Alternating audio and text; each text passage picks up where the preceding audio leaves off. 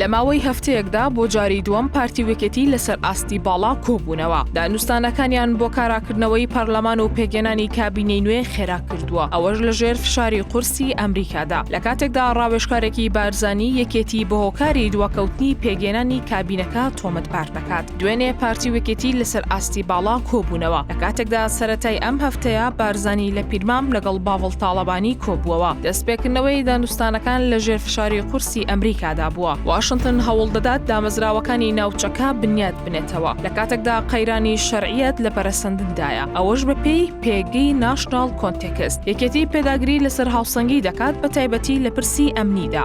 داوای وەزارەتی ناوخۆ و سەرۆکی ئەنجومەنی ئاسایش دەکات. ئەو دامەزراوانەی کە لە مێژە لەژێر هەژمونی پارتیتان ناکۆکیە سەرەکیەکان لەو بارەیەوە بە چارەسەر نەکراوی ماونەتەوە. یەکێتی دەڵێت لە کاتێکدا هەردوو سەرۆک وەزیران و سەرۆکایەتی هەرێم لە لای پارتین، پێویستە جومگە سەرەکیەکانی دیکە حکومڕانی هاوبەش بن. پێدەچێت هەردوو لا بیانەوێت بڕیاری کۆتایی بۆ پێکەنانی حکومەت تا دوای هەڵبژاردنی پەرلەمانی عێراق دوابخەن. بەو هیوایی دانوستان لەسەر پۆستەکانی هەرێم و بەغداد بکەن وەک بەشێک لە پاکەجێکی فراوانتر. کیفاح مەحموود ڕاوێژکاری ڕاگەاندنی بارزانی پێگنێنانی حکومەت بۆ چەندین هۆکار دەگەڕێنێتەوە کە بەوتەی ئەو لە زۆرینەدا یەکێتی هۆکار بووە. کیفاح مەحموود دەڵێت ڕەنگە کابینەی نوێ پێش هەڵبژاردنی پەرلەمانی عێراق ڕابگەێنرێت. بەو پێی پرۆسەی پێگەێنانی لە قۆناغی کۆتاییدایە. دەستپێکردنەوەی دانوستانەکان دوای زیاتر لە مانگێک هات لە پچڕانی پەیوەندیەکانی هەردوولا بەهۆی ڕووداوەکانی 22 ئابی سلێمانیەوە. دەرباز کۆسرەت ڕەسوڵ ئەندامی مەکتەبی سیاسی یەکێتی دەڵێت داوای شەراکەتی ڕاستەقینەیان کردووە،